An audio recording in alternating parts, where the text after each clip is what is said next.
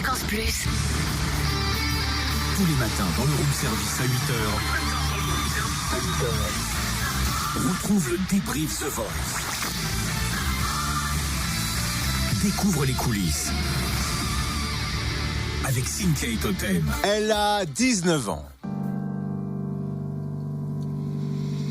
Je sens des booms et des banques agiter mon cœur blessé. Elle a 19 ans, reprendre comme un boomerang de Gainsbourg, faut le faire. Comme un boomerang me revient des jours passés à pleurer les larmes dingues d'un corps. Elle s'appelle Shirley.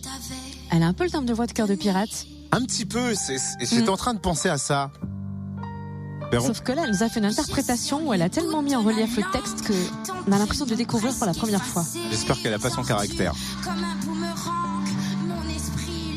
Elle est étudiante en théâtre. Le chant est entré dans la vie de Shirley assez tardivement, à l'adolescence. D'abord en cachette dans sa chambre parce qu'elle assumait pas.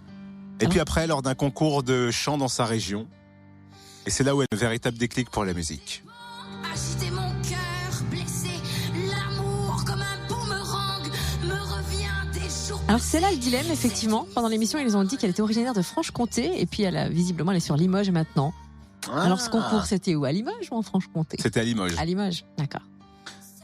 On a forcément croisé à la sortie de son audition à l'aveugle où elle a été complètement paumée après sa prestation. Écoutez. Je suis totalement dans les vapes, je suis lessivée. Ouais. Il y a eu tellement d'informations et j'ai toujours pas réalisé ce qui venait de se passer, quoi. Tous les coachs se sont retournés. J'ai choisi Mika pour rejoindre son équipe.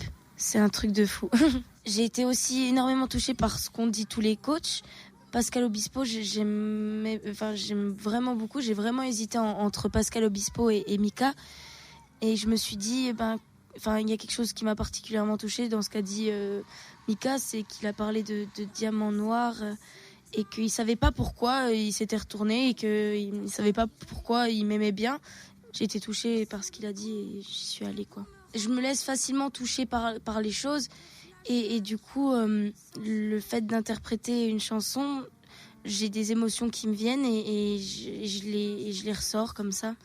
Il n'y a pas de filtre, quoi. Après, c'est vrai qu'on se nourrit facilement des moments qui sont un peu difficiles pour ressortir des choses fortes. Mais ça, c'est propre à chacun. Chacun vit des moments plus ou moins difficiles. Et c'est des hauts et c'est des bas. En tout cas, elle les transmet, les émotions. Hein. Et elle a voulu en plus dédicacer cette prestation à quelqu'un de sa famille, son papa. Mon père, dans tout ce que j'ai pu entreprendre, dans les différentes aventures, je l'ai embarqué dans plein de trucs. Dans des concours, on se tapait le bus, on avait un voyage de 8 heures. C'est que je l'ai embarqué dans des trucs, il suivait, il était là, mais tu me fais faire n'importe quoi, mais en même temps tu me fais vivre des émotions de fou. Et il était dans le marketing et actuellement, pas grand chose, mais il est à la maison, tranquillement, avec le jardin, le chien, tranquillement. Papa qui suit maintenant sa fille à la télé. Shirley fait partie des candidates retenues. Qu'est-ce que vous avez pensé de sa prestation? Est-ce que vous avez aimé? Et quels sont les candidats qui vous ont scotché samedi? N'hésitez pas à nous dire tout ça pour les prochains débriefs The Voice sur Fréquence Plus. Retrouve le débrief The Voice En replay. fréquenceplusfm.com. Fréquenceplusfm.com